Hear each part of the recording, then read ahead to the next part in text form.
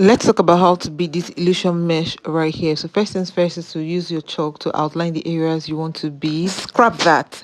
Let's bead this dress together, shall we? Oh yeah, welcome back. Yes, we'll have to still draw it. Nothing changed. We're using the fabric pencil to just draw the lines that we want to create out of it. So feel free to create whatever pattern you want to create on your outfit, and then by the time you're done creating all the patterns, you can now go ahead to bead along those lines to create what you want. So for me right there, everywhere I'm drawing the lines on at the place I'm going to bead. There are some places I ended up not beading, by the way, but yeah. So I actually did the other side as well, just to make sure the both sides match. If you want to create a design that does not match as well, it's totally up to you. So let's just jump in to start beading. This is the size 4 crystal beads in the cone shape, and that's what we're going to be using for this dress. So we're going to be using that needle right there, the beading needle, and then invisible thread, of course. Always use invisible thread for your skein mesh. In some rare cases you can use normal thread, but there's a skill for it. I think I'll put a tutorial somewhere around here, so you check it out. But yeah, so first thing to do is to just put your needle in and tie. So remember that each time you put your needle in, just pick your thread, run your needle in between the thread, just open the thread into two, run your needle in between it and pull it. That's how to tie. So we're going to be bringing out this needle, looking for the best place to bring out this needle so that we can start beading. So after we've done that, we're going to go ahead to start beading right now. So we're going to take the beads, pick out 4 and put it into your needle. After you've taken 4 beads into your needle right there, the way I just did it right now is the easiest way. We'll just push the beads downward on the line we had drawn. Put your needle in front of the bead like that, and then bring out the needle somewhere in middle, just like that.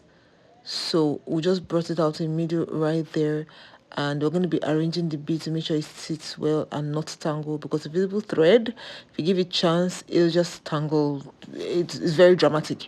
Anyways, brought it down there, and then we're going to be putting the needle through the last 2 beads. So we had 4, so you put your needle through the last 2 that were in front and use your hand to adjust it, and that's it. We're going to pick another 4 right there, and then we're going to be dropping the beads again, and we're going to put in the needle into the, like, in front of the beads, bring it out in middle again. But this time around, instead of taking it forward, we're going to take it backward, because we don't intend to make the line go forward. That's where we want it to stop. So we're going to be taking the needle right here, instead of forward like we did the first time, we'll just bring it backward so that it can come back all the way into the fabric, or all the way into where we originally started from, because that's where we're going to tie. That way we are not going to be dealing with, thread at the back or tying at the back and all of that. It's just a way to just avoid it and make your work neat and seamless. So now we're going to be bringing the thread, the last one, put the needle in and take it all the way down to the fabric, and then that's where we're going to end up tying it. So I'll put it one last time, and then we just drive it into the fabric right there and just bring it out right there, and then we're going to go ahead and tie. So now that we're done, this right here is what it looks like, straight and very much in place the way we want it to be. So that same needle will just push it and let it travel so that it would start where that second line had started out. So instead of tying and cutting off, we'll just keep moving the needle until we got to the portion where we're going to now create the second line, which is what we have right here. So I'll just bring out the needle just in front of where that line is supposed to start, and then I'll go ahead and pick my beads and repeat the process. So I'll go ahead and take 4 beads as usual, put it right there, pick my needle, take it to the back, and having taken it to the back, I'll also go ahead and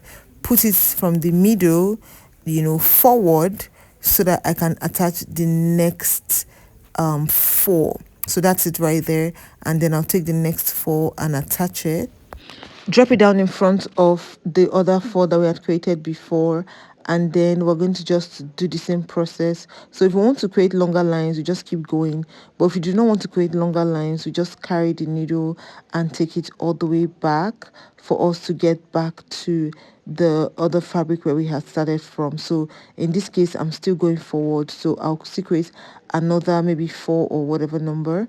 And okay, so in this case I added just 2 extra because I didn't want the this thing to be too long, and then I took the needle all the way back into the fabric where we started from, and we tied it from there, and from there we went and put it, carried the needle to the third one to create a third line, a fourth line, and we kept doing that until the thread will finish, and then we'll tie and just keep repeating the same process. So generally that's what we're going to just make sure you follow the lines and all of that.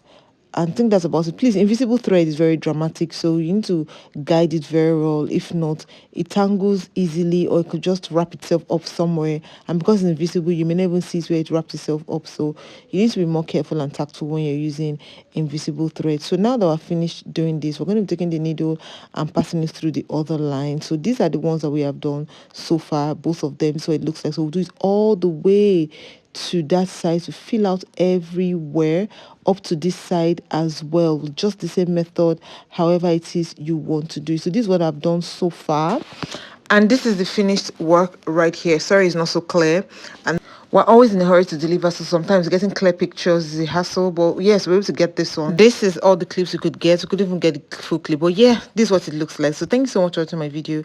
I'll see you in my next one. Bye.